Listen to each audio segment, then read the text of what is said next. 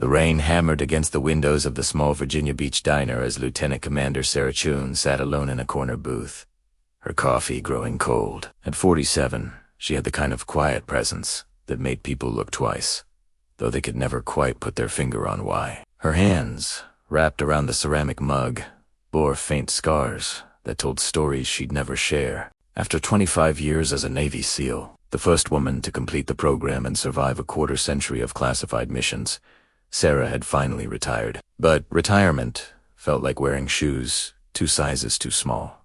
The diner door burst open, bringing with it a gust of wind and 3 young Marines in uniform, their laughter cutting through the quiet atmosphere like knives. Sarah recognized the type immediately, fresh from basic training, full of bravado and untested courage. What happens next will leave you speechless. But first, let me tell you something about assumptions. We make them every day. About strangers, about capabilities, about who deserves respect. Sometimes those assumptions cost us nothing. Sometimes they cost us everything. The youngest Marine, a corporal with a fresh haircut and a chip on his shoulder the size of Texas, spotted Sarah's uniform jacket draped over the seat beside her. It was unmarked, intentionally plain, but military issue. His eyes narrowed with something ugly.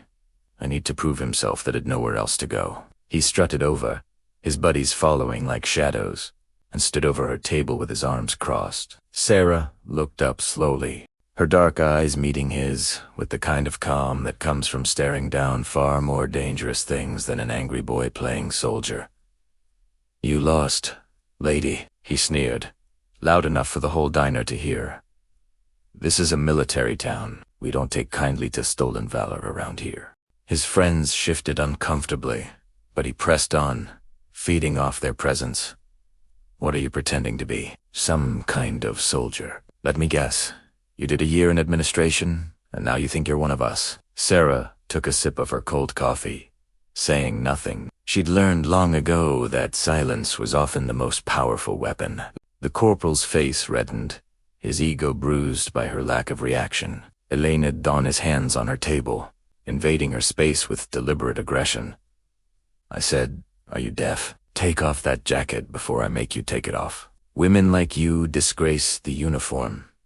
You probably never even saw combat." The diner had gone completely silent. The elderly waitress behind the counter gripped her order pad, and an older veteran at the bar slowly stood up, recognizing something in Sarah's posture that the young corporal was too blind to see. Sarah carefully placed her mug down, her movements precise and controlled. When she finally spoke, her voice was soft, almost gently, but it carried the weight of 1,000 knights in hostile territory. "Son, you're going to want to step back now." The corporal laughed, a harsh, brittle sound. "Or what, you gonna call your boyfriend to come save you? Typical.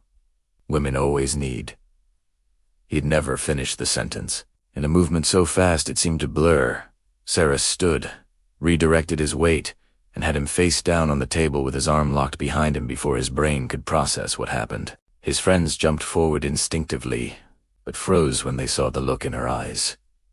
It wasn't anger. It was the cold, calculated assessment of a predator, deciding whether prey was worth the energy. She held him there effortlessly, not hurting him, just controlling him completely. "My name is Lieutenant Commander Sarah Chun," she said quietly, still holding him in place with one hand while reaching into her jacket with the other. She pulled out her military ID and placed it on the table where everyone could see. 25 years, Naval Special Warfare Development Group.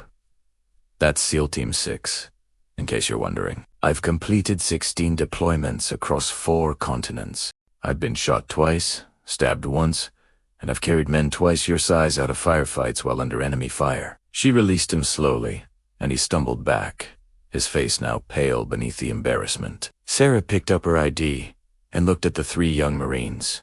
Not with anger, but with something almost like sadness. "I didn't serve for glory.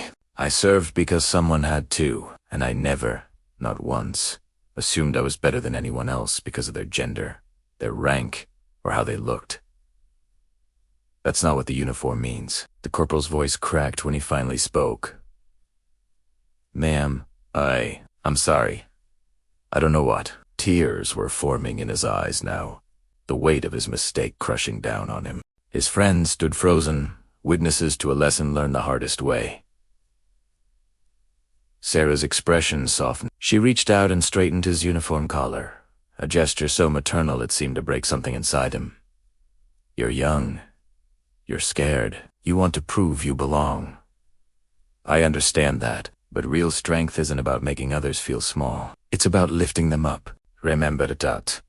And you might actually become the Marine you're pretending to be." She pulled out a $20 bill, placed it on the table for her coffee, and picked up her jacket. As she walked toward the door, the old veteran at the bar stood at attention and saluted. Sarah returned it crisply, a moment of understanding passing between warriors. The corporal watched her go, something fundamental shifting in his understanding of courage, respect, and what it truly meant to serve. Outside, the rain had stopped, and Sarah Chun walked into the clearing sky, carrying her invisible scars and her unshakable dignity. A silent warrior who had just won a battle without throwing a single punch.